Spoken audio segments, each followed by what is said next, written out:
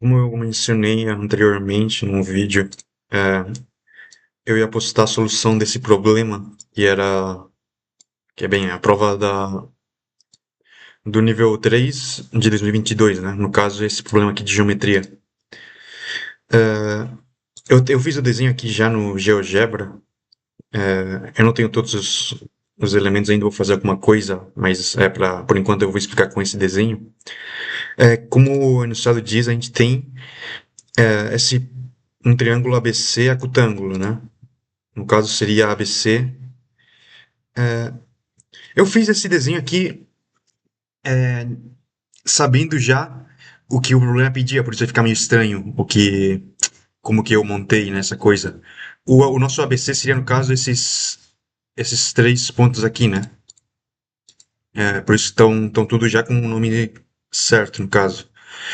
Mas eu fiz esse triângulo pequeno porque a gente vai ter que desenhar os ex-incentros, no caso, né? Os pontos I, B e C. São os ex-incentros relativos aos vértices B e C. No caso, eu já fiz também para o vértice A, que está aqui no caso.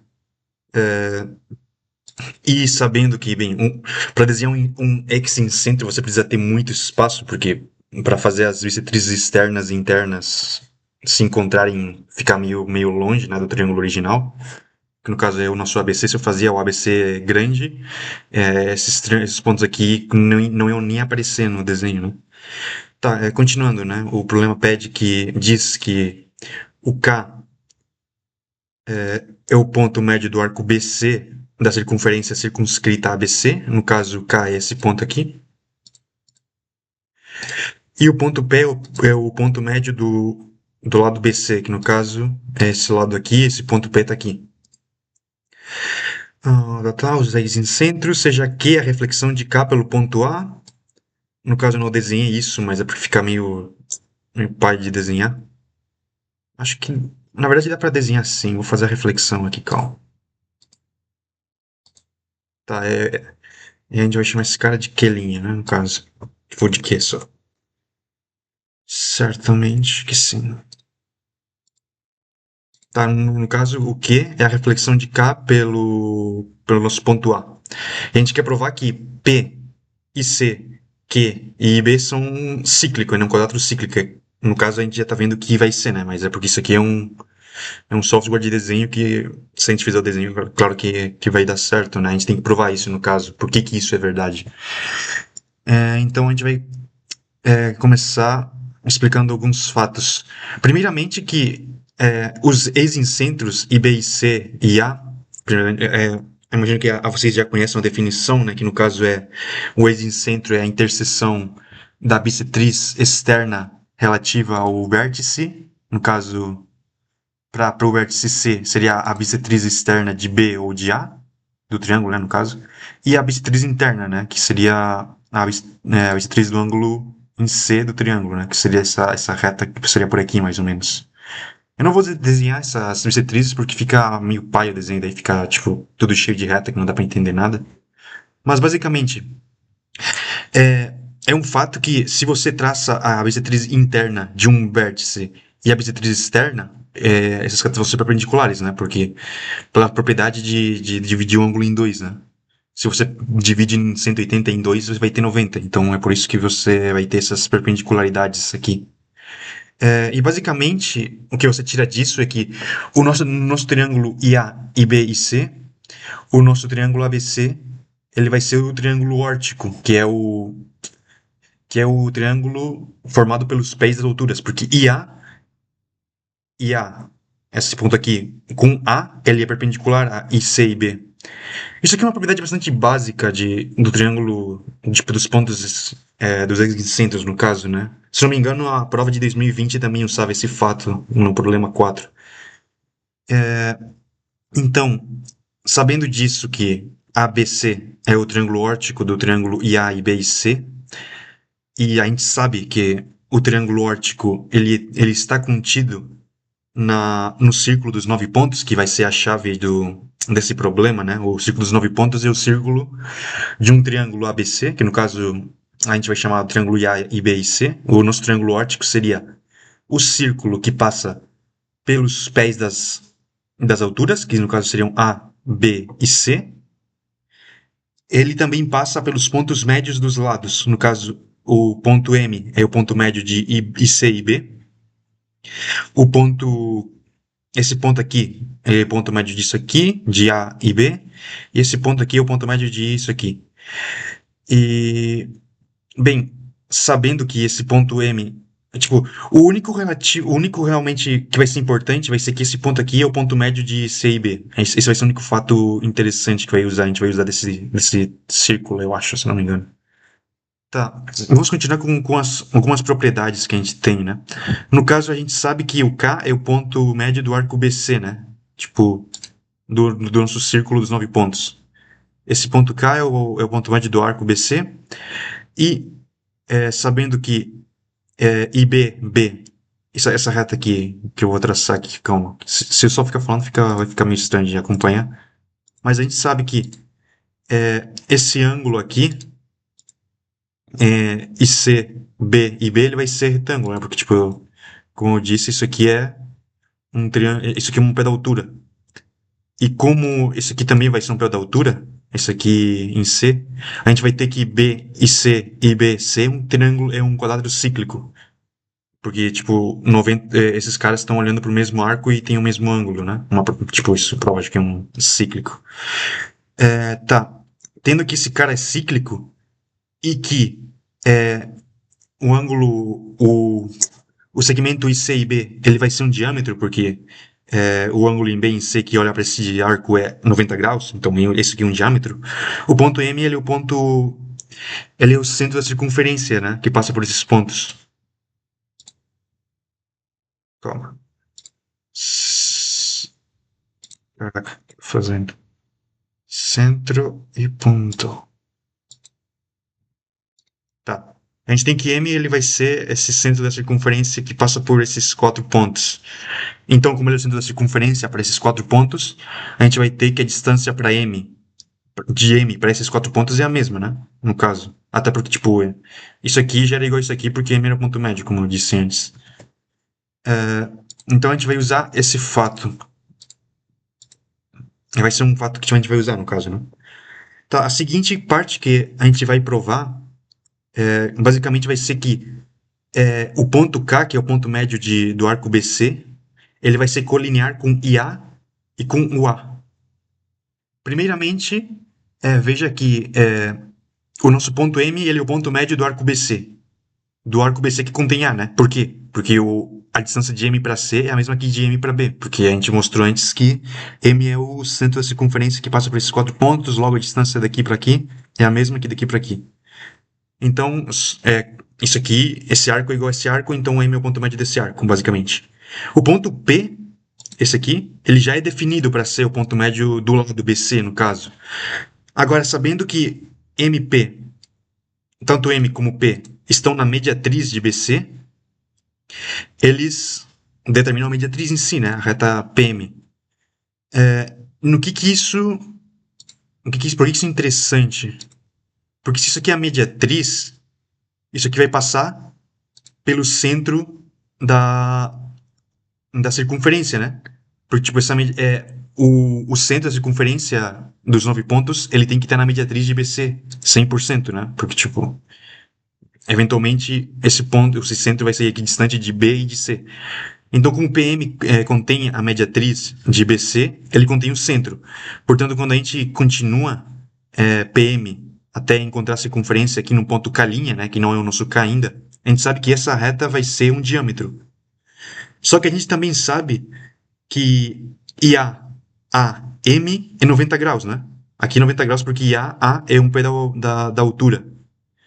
E como a reta PM determina um diâmetro e o ponto M, tipo, se a gente pegar M, A e esse ponto K', que é, no caso, a interseção da mediatriz de BC com a circunferência, esse também vai ser 90 graus. Porque K e K' vai ser o mesmo ponto, né, no caso. Então, a gente quer dizer que K é o arco médio do segmento BC. Então, no caso, a gente sabe que esses 3 pontos são colineares, certo? Tendo isso, a gente agora quer provar que vamos realmente provar o que o enunciado pede, né? Que no caso é que a reflexão de K pelo ponto A, que é nosso Q aqui, ele vai estar nessa circunferência de IC, P e B. No caso, eu lembro que o que eu provei durante a prova foi que a reflexão não de K sobre A, mas sim de K sobre M. Ele ia estar nessa circunferência. Isso vai ser suficiente para provar que a reflexão de K sobre E também vai estar na circunferência. Por que isso é verdade? Basicamente, para a gente provar que esse Q está na circunferência, a gente quer provar que o ângulo,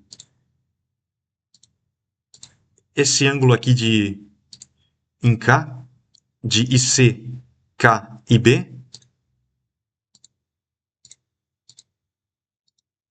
esse ângulo aqui ele tem que ir somado com o ângulo IC, P e B. Isso aqui vai ter que somar 180 graus, né? Que no caso a gente vai ver que não vai somar, porque obviamente esse problema tem que ser verdade. A soma desse ângulo com esse ângulo tem que dar 180, né? No caso a gente vê que dá. Mas por que a gente não vai provar em A? Tipo, a reflexão em A, né? No caso com o Q diretamente. É que fica muito difícil achar uma relação entre ângulos realmente. Por isso que eu lembro que durante a prova eu pensei que seria melhor, como a gente sabe que se a gente refletir K por M, pelo fato de M ser uma, um ponto médio, isso é algo que eu sempre tinha em mente, que tipo, se tu tem um ponto médio, refletir pontos por esse ponto é algo que pode trazer coisas boas, porque quando você reflete um ponto por, por um ponto médio, digamos, tipo, M é um ponto médio de C e B, né?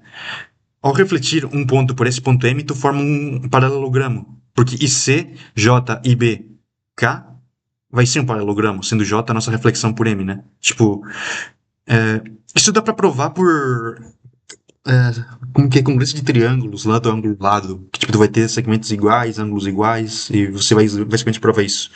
Por que a gente pode usar isso? Porque quando a gente faz isso, o nosso ângulo aqui de cima, IC, K e B, 73 com 77, ele vem aqui para baixo. Ele, ao ser um paralelograma, ele se reflete, né? Então, se a gente provar que esse cara é cíclico com P, o nosso Q também vai ser, né? Porque, tipo, o Q também vai somar esse ângulo ou ser uma reflexão de K por A, né? Tipo, por que esse ângulo se conserva? Isso que não é verdade sempre, né? Tipo, se tu reflete um ponto por outro ponto, você não vai conservar sempre um ângulo, né? Porque, tipo, se a gente refletir K por um ponto aqui aleatório, por aqui, e esse K vai sair por aqui, esse ângulo vai ser nada a ver, né? Com o nosso ângulo ali. Mas como KA, isso aqui é perpendicular, 90 graus aqui, tipo K, ele, que a gente viu antes, ele é colinear com IA, K. Então, isso aqui é uma altura. Você reflete e você vai manter esse ângulo, né? Isso aqui é basicamente por simetria, tipo, como é perpendicular. Isso aqui não precisa realmente explicar isso, né? Que isso é muito claro. Tá. Então, como que a gente prova que a reflexão de K por M ele vai estar nessa circunferência? Cara, tô com muita reta. Eu vou tirar algumas quantas retas aqui para ficar mais tipo, melhor para enxergar isso. Nosso ponto cara aqui é o que importa realmente. Agora ele é um ele, vai. Tá. Esse cara aqui. Tá. Primeiramente, se você não consegue trabalhar com ângulos, outra forma de provar ciclicidade é trabalhar com segmentos. Porque por potência de ponto, basicamente. Cara, tem como desenhar aqui? Acho que não, realmente. Mas, bem, se você pega esse ponto aqui, que é o nosso ponto P, não sei por que tá agora chamado de J. Caraca. Acho que é porque eu peguei a interseção, né? Esse o nosso ponto aqui, esse é o ponto P, no caso, né? Só que tem uma J em cima dele. O nosso ponto P, a gente vai pegar as diagonais dessa reta aqui, no caso, e essa reta aqui, que é IC e B, no caso, no segmento. E essa interseção é M, né? Se a gente prova que M e B vezes M e C é igual a M P vezes M L, que é a nossa reflexão aqui por M, se a gente conseguir provar essa igualdade de produtos de segmento, a gente consegue mostrar que isso aqui é um quadrátero cíclico, né? Porque isso é uma propriedade necessária e suficiente para mostrar a ciclicidade de um quadrilátero. Tá, por que que isso vai ser verdade? Agora que vem o ponto interessante de usar M como... Tipo, que M seja esse centro dessa circunferência de antes que eu mencionei. Porque MIB, ele é igual a MC, né? Só que isso também é igual a MC, porque isso aqui é um rádio do nosso círculo de antes. Lembram? Isso aqui, esse MIB é igual a MC. Então a gente pode usar isso para mostrar que se MC vezes MC, tipo MC vezes MC duas vezes, né, no caso, MC ao quadrado, no caso, for igual a MP vezes ML, acabou, né? Porque, tipo, a gente já tem o problema resolvido porque a gente sabe que esse ângulo aqui, ele vai ser o mesmo que esse ângulo aqui em Q e vai ser cíclico também, né? O nossa reflexão em Q. Tá, então agora, por que que MC ao quadrado é igual a MP vezes esse segmento aqui? Primeiramente, a gente sabe que ML é igual a MK, né? Porque, basicamente, K é uma reflexão por M. Então, se a gente está refletindo, esse segmento KM é igual a ML, por definição de reflexão, né? Então, basicamente, a gente quer provar que MC ao quadrado é igual a MK, quer dizer, MP, vezes MK. E isso vai ser verdade pela seguinte razão. A gente sabe que KM é um diâmetro da circunferência dos 9 pontos. Pelo que esse ângulo aqui, em C, ele é 90 graus. Porque é um diâmetro, né? E agora, a gente sabe que por propriedades, relações métricas num triângulo retângulo, ao traçar a altura, que isso aqui é uma altura, obviamente, a gente sabe que o cateto ao quadrado é igual a projeção desse cateto vezes a hipotenusa, que é exatamente o que a gente queria saber que era verdade. Basicamente, isso aí prova o problema, né? Porque, tipo, o MC ao quadrado vai ser igual a projeção vezes MK, e como esse aqui é uma projeção e MK é igual a ML, a gente sabe que isso aqui, MP vezes ML, vai ser igual ao cateto ao quadrado, que é MC ao quadrado, que é MIB vezes MC, porque MC é igual a isso aqui.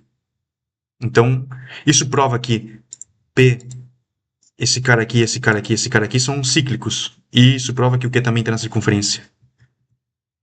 Que no caso é o que a gente queria provar no problema.